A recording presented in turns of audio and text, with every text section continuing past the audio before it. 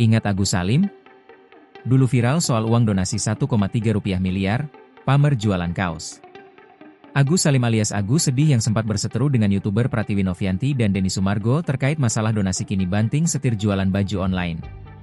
Meski batal mendapatkan uang donasi 1,3 miliar rupiah dari Pratiwi Novianti, Agus dan istri mulai jualan online baju bergambar wajahnya.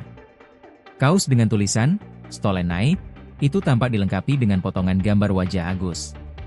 Menurut Agus, kaos bergambar wajahnya itu sengaja dibuat karena memiliki nilai sejarah dari kejadian yang menimpanya.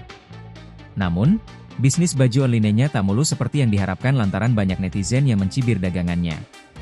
Kemarin sempat jualan online, cuma banyak dikerjain juga dari netizen, jualan kaos, wajah, kayak mengingat kembali memori kita pas kejadiannya. Jadi ada sejarahnya gitu yang kita buat, ungkap Agus Salim. Baru juga memulai bisnis, Agus dan Emi memutuskan untuk berhenti dulu. Agus Salim merasa sedih jika usaha barunya ini malah dimatikan oleh netizen. Kita stop dulu, sedih juga sih. Namanya usaha dimatiin sama orang gitu. Mereka punya keluarga, punya usaha, mereka apa gak pernah berpikir jadi saya. Saya kan dari dulu tulang punggung keluarga juga, terangnya menceritakan perjalanan bisnisnya yang tak mulus. Meski sekarang vakum, Agus Salim akan mencoba kembali membangkitkan usahanya pada pekan depan. Ia berpesan agar warganet berhenti mencibir usahanya untuk menyambung hidup.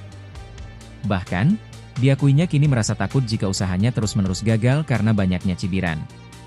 Meski sekarang vakum, Agus Salim akan mencoba kembali membangkitkan usahanya pada pekan depan. Download Tribun X sekarang, menghadirkan lokal menjadi Indonesia.